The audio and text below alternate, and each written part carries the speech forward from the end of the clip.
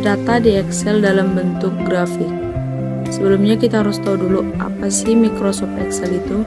Microsoft Excel adalah sebuah program atau aplikasi yang merupakan bagian dari paket instalasi Microsoft Office yang berfungsi untuk mengolah angka menggunakan spreadsheet yang terdiri dari baris dan kolom untuk mengeksekusi perintah. Microsoft Excel telah menjadi software pengolah data atau angka terbaik di dunia.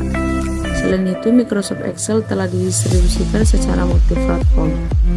Microsoft Excel tidak hanya tersedia dalam platform Windows, Microsoft Excel juga tersedia di Mac OS, Android, dan Apple.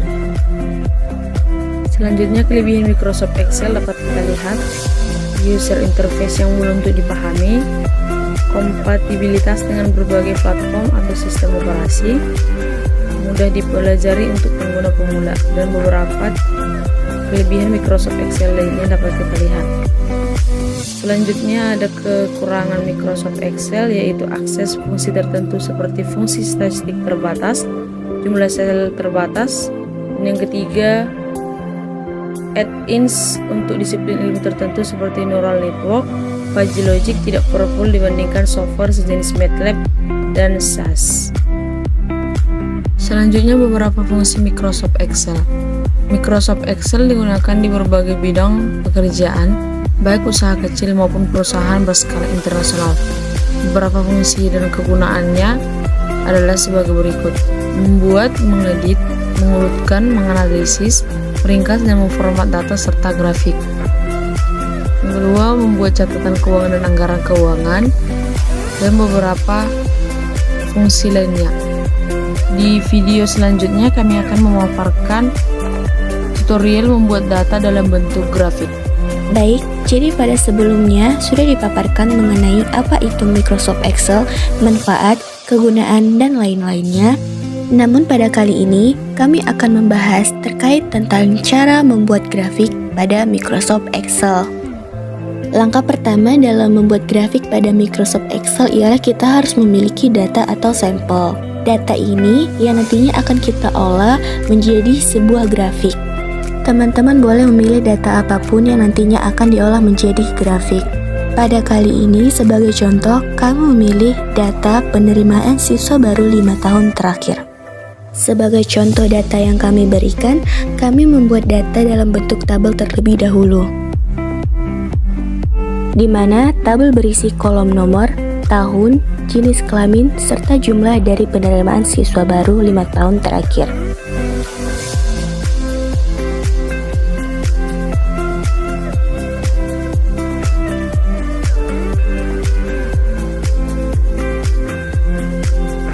Setelah data dimasukkan, langkah selanjutnya yaitu merapikan data agar nantinya data dapat dibaca oleh sistem.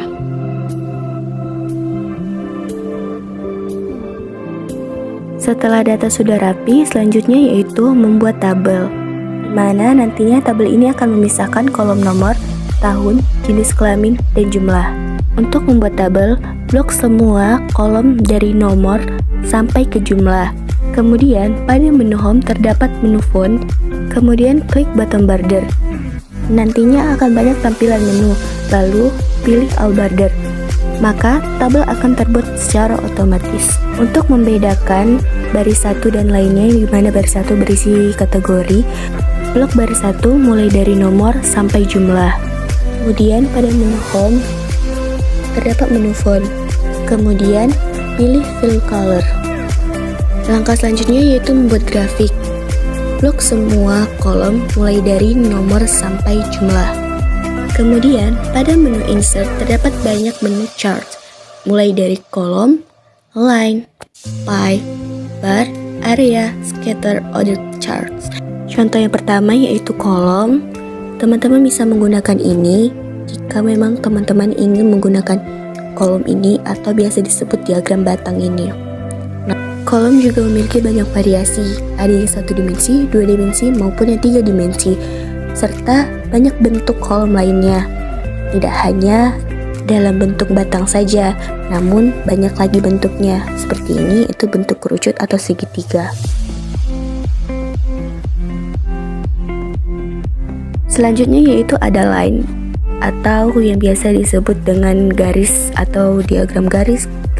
Lain ini lebih sering digunakan karena kebanyakan memang grafik itu dalam bentuk ya garis.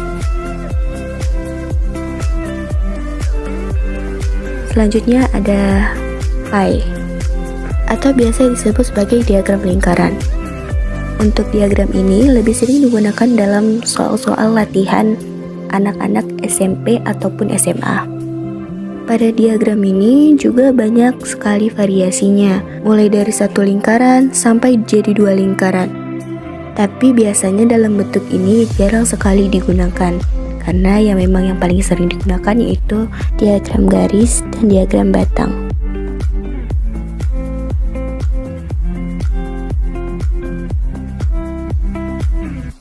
Oke, mungkin itu saja tutorial cara membuat grafik atau diagram yang dapat kami paparkan. Selanjutnya, jika teman-teman masih ingin tahu atau belajar, silahkan teman-teman mencobanya sendiri di rumah. Oke, jadi see you guys and thank you for watching.